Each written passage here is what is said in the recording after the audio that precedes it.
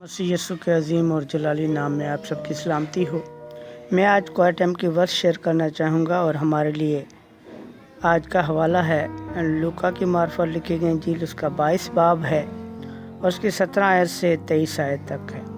फिर उसने प्याला लेकर शुक्र किया और कहा कि इसको लेकर आपस में बांट लो, क्योंकि मैं तुमसे कहता हूँ कि अंगूर का शीरा अब से कभी न पीऊंगा जब तक खुदा की बादशाही न आ ले। फिर उसने रोटी ली और शुक्र करके तोड़ी और ये कहकर उनको दी कि ये मेरा बदन है जो तुम्हारे वास्ते दिया जाता है, मेरी यादगारी के लिए यही किया करो। और इसी तरह खाने के बाद प्याला ये कहकर दिया कि ये प्याला मेरे उस खून में नया अहद है जो तुम्हारे वास्ते बहाया जाता है।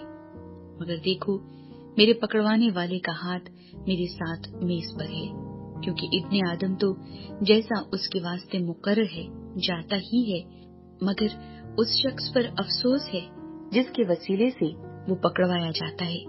इस पर वो आपस में पूछने लगे कि हम में से कौन है जो ये काम करेगा।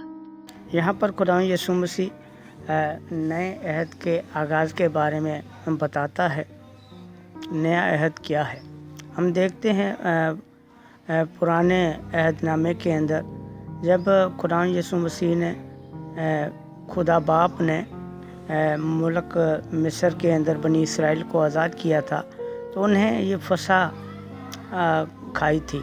और वहाँ पर जो फसा खाई थी वो ये थी कि हर एक ख़ानदान को एक एक बरा लेना था और उस बरे का खून अपने दरवाज़ों पर लगाना था और अपने घर के अफराद के मुताबिक वो फसा खानी थी और वो अलग अलग खा रहे थे। और यहाँ पर कुरान यीशु मसीह ने ये फसा इसलिए शागिर्दों के साथ खाई ताकि ये निजात का काम पूरी दुनिया के लिए हो, पूरे ख़ानदान के लिए हो।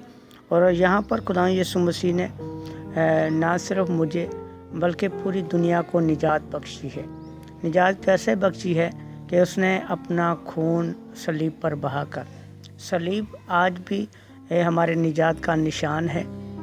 और हम पुराने अहदनामे में भी देखते हैं कि जब मूसा के दौर में जब लोगों को सांप काट रहे थे तो मूसा ने भी एक पीतल का सांप बनाकर ऊपर खड़ा कर दिया, जो उसकी तरफ निगाह करता था वो बच जाता था। इसी तरह यीशु का खून बहाना और ये सलीब पर अपनी जान देना हमारे लिए निजात का सबब है, क्योंकि जो इंसान यीशु मसीह के इस सलीब पर जान देने और खून बहाने को मानता है, यूँ समझ ले उसने अपने तमाम गुनाहों से निजात पा चुके हैं। तो हमें हमेशा की ज़िंदगी मिली है। हमारे तमाम जो हमने खताएं की थी, गलतियां हुई थी हमारे से, खुदा ने मुझे वो गलतियां मेरी बख्श दी हैं और मुझे हमेशा की ज़िंदगी बख्शी है। और जितने भी लोग आज उस सलीब का इकरार करते हैं, यीशु मसीह के लहू का इकरार करते हैं और उसकी यादों को ताज़ा करते हैं, यकीन माने कि वो इंसान निजात याफ्ता है। और जो इंसान यीशु के इस सलीब का और लहू का नहीं मानते, उनके पास अभी भी निजात नहीं है। तो हमें ज़िंदगी के अंदर हर पल हर लम्हा उसके सलीब पर और उसके बहाए जाने खून पर शरीक होना है और उसकी यादों को ताज़ा करना है, तो हमें निजात मिल सकती है। और ये सिर्फ हमें नहीं, सिर्फ क्रिश्चियनों को नहीं, बल्कि पूरी तमाम दुनिया के लिए है। जो भी यीशु का मौत के बारे में और यीशु के सलीब और खून के बारे में यकीन करेगा, यकीन माने कि वो निजात पा चुका।